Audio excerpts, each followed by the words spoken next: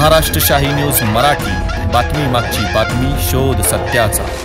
प्रायोजक आहेत Offkey studios, music and recording studio Ambidumala, audio advertising, music composition, recording, background music, mixing and mastering services आता आपल्या पठार भागात। संपर्क 95 95 65 48 75।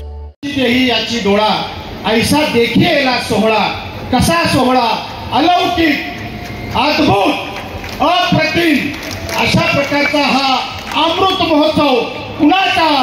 धन्य तुकोबा समर्थ, जेने केला हा पुरुषार्थ, कसा समर्थ आज आपण पाहिलं। सासवडवरून खऱ्या अर्थानं अगदी आपल्या सोपान काकांच्या पातुका रेडेश्वर महाराज या ठिकाणी साक्षात प्रगट झालेले आहे। आणि मग आपले ज्ञानोबा माऊली कुठे आहेत? तर ज्ञानोबा माऊली या ठिकाणी त्या व्यासपीठावर ज्यांनी आजची कीर्तन सेवा केली ते आपल्या स्वतःला छोटे माऊली म्हणतात, परंतु मी साक्षात सांगतो आजपासून छोटे माऊलींना मी फक्त माऊली म्हणणार आहे। कारण जिथं माऊली आहे तिथं रेडेश्वर महाराज समोरून त्या ठिकाणी आले, कीर्तनामध्ये रेडेश्वर महाराज आले, हे परम भाग्य आपल्या कोटेकरांचं आहे। आणि म्हणून कसं आपल्या सगळ्यांचं भाग्य आहे, जन्मोजन्मी आम्ही बहुपुण्य केले, तेव्हा या विठ्ठले कृपा केली। कशी कृपा केली? साक्षात जगद्गुरु आपण ज्यांना खऱ्या अर्थानं म्हणतो की धन्य तुकोबा समर्थ, जेने केला हा पुरुषार्थ। कुठला पुरुषार्थ?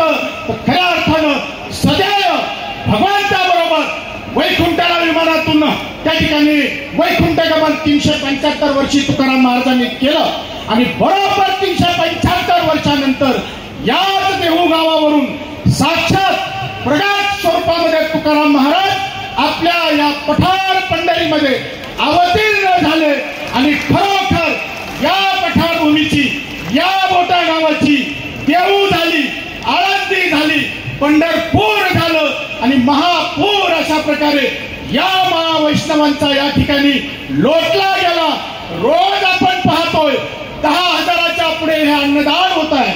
ब्रह्मदेवाच्या दारी 10,000 अन्नदान ज्या भूमीवर होत आहे तिथं ब्रह्मदेवाच्या दारी एक घंटा वाजते, रोज त्या ठिकाणी ब्रह्मदेवाच्या दारी घंटा वाजते।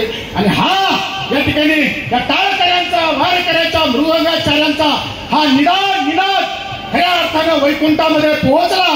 आणि साक्षात या वैकुंठाचा स्वामी सुद्धा या ठिकाणी साक्षात रूपानं प्रगट स्वरूपामध्ये आहे। जास्तीचं काही बोलत नाही, आपल्या सर्वांच्या चरणी नतमस्तक होऊन महाराजांनी जसं सांगितलं ही संकल्पना ज्याच्या बुद्धीमध्ये आली त्यांचं नाव महाराजांनी घेतलं नाही, परंतु जाहीरपणे या ठिकाणी सांगतो गेली कित्येक वर्षापासून ज्यांच्या हृदयामध्ये ही संकल्पना साठवली होती ते हरिभक्तप्राण आपल्या अहिल्यानगरचा भूषण वारकरी संप्रदायाचे पैक हरिभक्तप्राण दत्ता महाराज भोर यांच्या डोक्यामध्ये ही कल्पना आली। त्यांनी हे सगळे साथी निवडले, हे सगळे टाळकरी निवडले, माळकरी निवडले, सगळे धारकरी वारकरी निवडले आणि भव्य दिव्य अशा प्रकारची पंढरी आज आपल्या या मोठ्या नगरीमध्ये साकार केली। त्यांना द्याव्यात तेवढं आपल्या सर्वांच्या वतीनं खूप खूप अशा प्रकारचे धन्यवाद आहे। दुसरी संकल्पना अशी वैकुंठवासी खऱ्या अर्थानं आपण त्यांना कैवल्य मूर्ती म्हणतो ते बोडके महाराज या ठिकाणी आज आपल्यात नाही, परंतु त्यांच्याही स्फूर्तीला या ठिकाणी अभिवादन करतो। आणि आपल्या सगळ्या वारकऱ्यांच्या वतीनं खऱ्या अर्थानं या सोहळ्याला, या अभूतपूर्व सोहळ्याला भरभरून अशा प्रकारच्या सदिच्छा शुभेच्छा व्यक्त करत असताना दोनच गोष्टी मी माझ्या वारकरी बांधवांकडून एक मागणार आहे, एक माझ्या माता भगिनीकडून मागणार आहे। या ठिकाणी हा वारकरी संप्रदायाचा सर्वोत्कृष्ट सर्वोच्च सोहळा अतिशय अभूतपूर्व अशा नियोजना त्या ठिकाणी संपन्न होतोय।